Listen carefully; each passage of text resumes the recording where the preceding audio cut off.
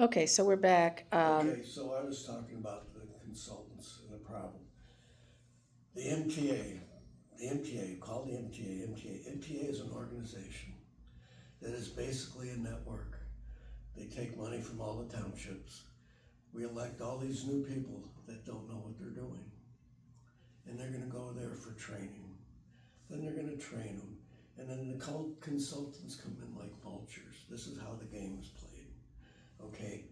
We have a person who used to be the clerk that's a public accountant. She's in that group of people that prey on the townships to make a living, okay? So then they go to the meetings and they tell them, hey, they passed these laws, you can get this money. You can get a grant to bring inclusionary housing into your township. Okay, they put hooks and grants. If you take the money, you have to pay it back if you don't follow through. And so we're exempt from that, but they're doing it anyway. Why are they doing it? I don't know. We don't want it here. There's no need for it. They're claiming it's for senior housing. It's not. That's not part of it. I'm a senior. Do I need senior housing? No. Do the seniors in this township want it? Probably not. So it's the whole game. And there's an organization that's out there for townships to join to fight that so that they can get the control back to the people.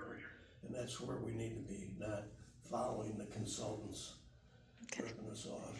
So this next question is about leadership abilities. What experience do you have with managing and maintaining official records, and how will you improve transparency and accessibility to township documents? The way I'd improve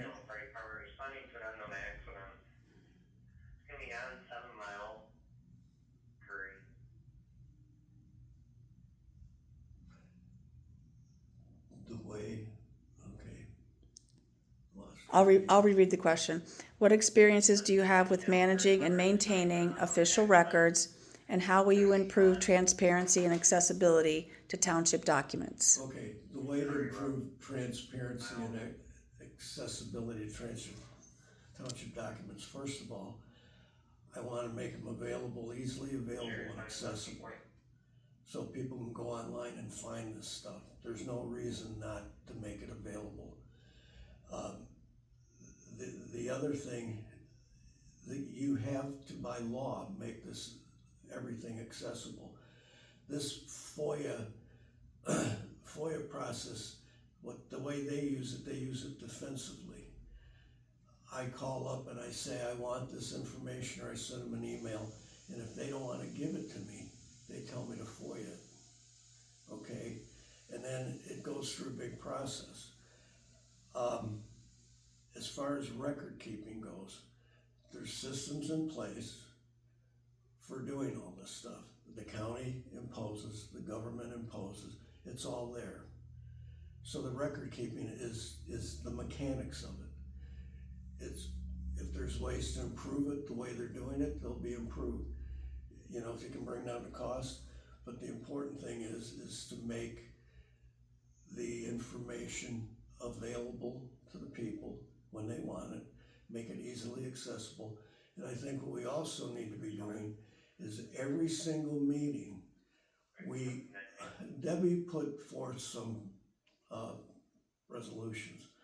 One was to start having a local community access channel, which we are allowed to have for free under federal law. Everything she's tried to implement as a trustee, they file 13 it, everything. So how do you make things more transparent? Hey, have a community access channel, and every meeting, every single meeting should be open to the public to be viewed. What these consultants have done is they've had them cut out the second meeting of the month. They bring all the resolutions, they give it to them a week ahead of time in paper. There are no meetings, there's no discussion, there's no information. And then you come to the meeting and Kim goes, oh, you've had them for a week. That's not the way to run a township. 2 meetings a month, 1 meeting to go over everything, get your questions answered, get the research presented, and then vote on them the following month.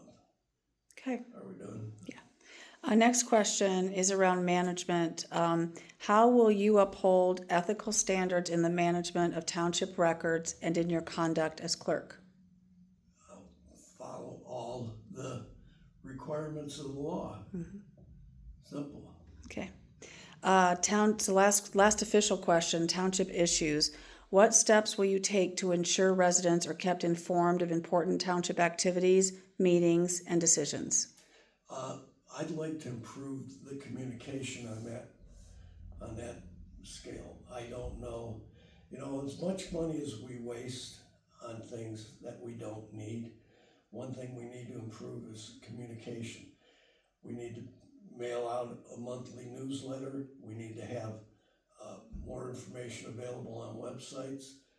Um, you gotta hunt for everything you need. You're told to look for it. It's like the information on ARPA. All they do is say, we've got this money, we gotta figure out how to spend it. There's no input. We tried to get a meeting set up, they knocked that down for the residents. Everything we've tried to do to get the residents an opportunity to be involved, they knocked down. One thing we should be doing, and I've talked to some of the other candidates about this, is having important things sent out in a survey. Whether it's through Facebook, through our website, but every month have a report, these are the important issues, take a survey, what do people think, and then ask for their input. I think that's probably the most important thing we can do as far as communication. The problem is that the only time people get riled up is when it affects them correctly. It's like the solar project. That affected people living around it. People over on this side of town maybe couldn't care less.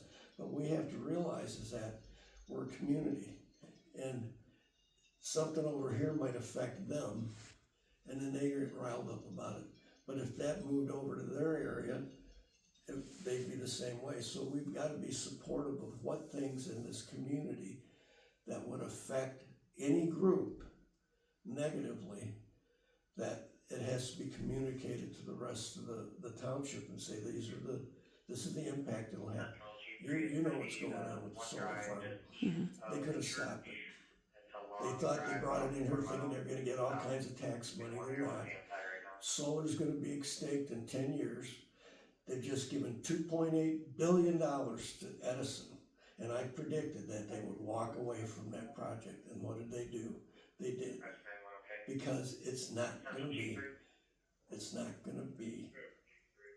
useful in 10 years.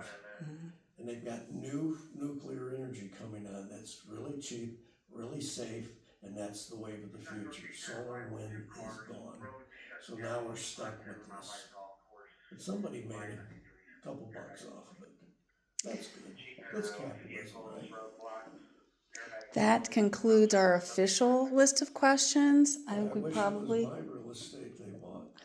No, I'm joking. I'm just saying it's just the developers come in like vultures, and they leave us with the carcass.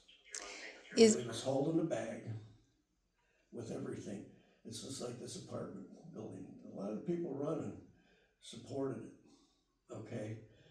And when I talk to them and I say, we're gonna get $5,000 a year in tax revenue, fire chief's against it. It's another project. The township gets holding the bag. The county and the school gets all the money. It's like a kingdom, and we're the serfs. That's the way it is. So crazy growth is not, we get no benefit from it. We get problems. Is there anything else you'd like to share with the residents before we wrap up? I don't know. In terms of your position, what about the clerk's position, what you would like to do, anything else you'd like them to know about you? It's like I'm concerned about the policy in the township. Okay, Debbie and I ended up running because we're reluctant candidates. I mean, I don't need a job. It's not like I want a job. But what I hate is is I hate government, I hate the people that control the government. We elect them, they're controlled by other people. They're not representing the township. They're not representing the people of the township. And that's the reason we stepped up to run. She was targeted to get knocked off on both sides, in a Republican primary and a Democratic primary. So at the last minute, we changed. And it's like, you know, we're doing this because it has to be done, so give the people an option. Mm-hmm. If they want this quilt of growth, this insanity, the way they develop communities, hey, go for it. You know, elect the other team. We want organic growth, natural. Don't come in here with inclusionary housing, which we're not allowed to have, and we're not required to have, and we shouldn't be even trying it. You know, we had to pay $1 million, well, we didn't have to pay it, but we did. $1 million to get out of the contract that we didn't have to pay to get out of. I mean, this just keep going back, term, waste. Why? Because of consultants, because the people that are running don't know, in office don't know what they're doing. They rely on consultants who mislead them for their benefit.